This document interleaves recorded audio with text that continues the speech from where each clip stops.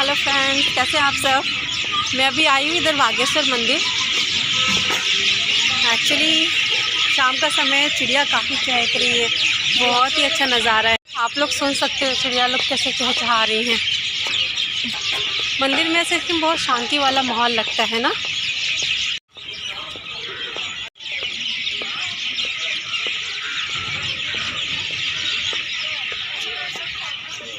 शाम का समय है तो पूजा का पूरा है माहौल, देख सकते हैं। काफ़ी भीड़ है मंदिर में।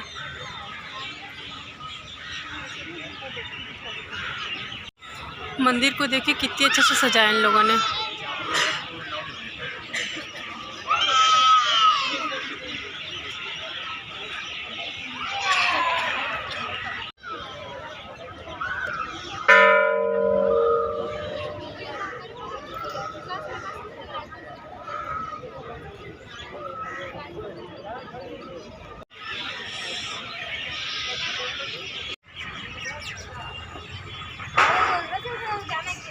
मंदिर जो है ना इधर बहुत फेमस है, बहुत दूर दूर से लोग यहाँ पे आते हैं। बागेश्वर मंदिर बहुत फेमस मंदिर है। यहाँ पे सच में जो आप मांगो वो मिल जाता है।